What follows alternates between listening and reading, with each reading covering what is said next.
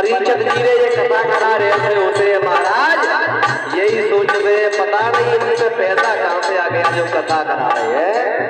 मैं तो ये कहते हैं कभी ऐसा मत सोचो, भगवान का नाम अरे तुमसे पैसों में नहीं लिया जाता तो फ्री में भी लेने में दिक्कत है, कभी मत सोचो। मिले जो राम नाम तो पाप व्यंग उठावे, अरे अपने घर पर घट मसान पे चंदन फूल चढ़ावे, बेढंगी दुनिया भूल भुलैया भुला दुनिया भूल भुलैया भुला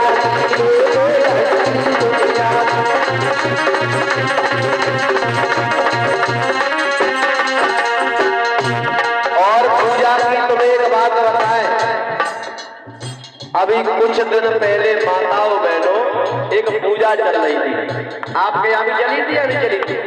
क्यों परीक्षा जी अहमदाबाद में चली थी? कौन सी वाली? गर्दन तो लाई नहीं लेकिन पूछी ना कौन सी कि सबकी छुट्टियां कट गई। बताओ हे भगवान,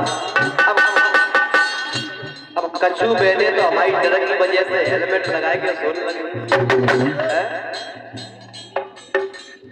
एक पूजा और चली थी कि सबके सिलवट्टा कुट गए।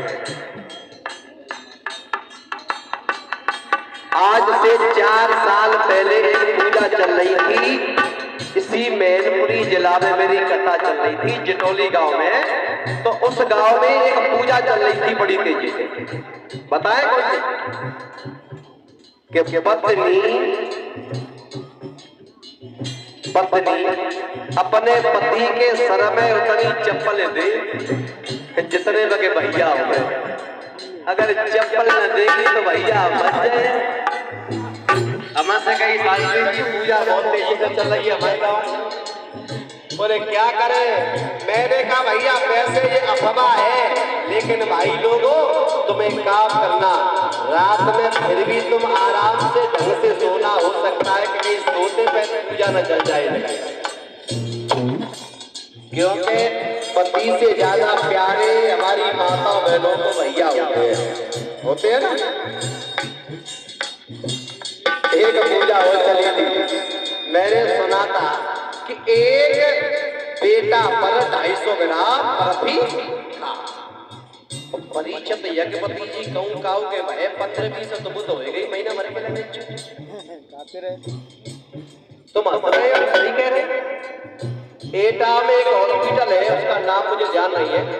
उस हॉस्पिटल में मैंने अखबार में पढ़ा था, एक हमारी माताएं बहन थी, उनकी डिलीवरी केस था, तो उनके एक ही साथ में 5 बेटा हुए थे, एक ही साथ में, और भगवान की कृपा से 5 और जिंदा। 5 से पहले उनके 4 आते हैं महाराज। अब कितने हो गए? 5 और 4, और कहूँ भगवान ने ऐसी विषय तो धन्य है। हम माता बहनों की पूजा हम बताएं, अपनी जीवन चटा को ले रही सड़क पूज दे जाने, अपनी जीवन चटा के सड़क पूज दे जाने, बीच सड़क पे बैठ तो हमसे बर्फी खाओ, बेढंगी दुनिया भूल भुलैया भुला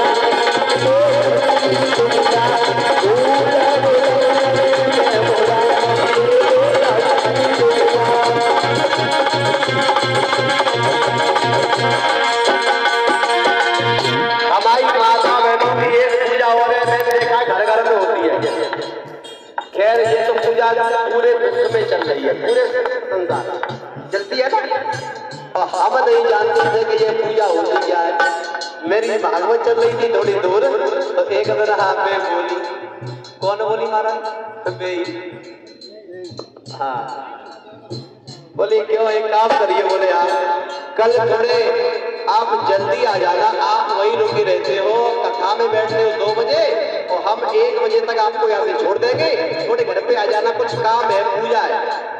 हमने कहा भैया कोई पूजा होगी, कोई सामान की जरूरत होगी तो हमें ले जाना पड़ेगा। परिचय जी पर हमें नहीं मालूम था कि कौन सी पूजा है। और हम इधर से पहुंचे घर पे तो हमने क्या देखा कि घर में कम से कम 31 माताएं बहनें घर में बैठी है, सजी धजी आ रही। और हर माता बहन के पास में 250 ग्राम बर्फ भी है भैया। हमने की कहा जी कौन सी पूजा हो रही है? बोले तुम्हें नहीं मालूम है? तो तुम्हारी किस्म के पापा ये संकटियां हैं, संकटियां। हमने की इनसे कहा उठवे, बोले संकट काटती है। हमने की हाँ हमें जब मालूम पड़ता है संकट कट तो कौन रहे, उधर से कमाई जो आ रही है जो इधर से तुम संकट। मैंने किया ऐसा कुछ नहीं होता। हमेशा महाराज ध्यान रखो,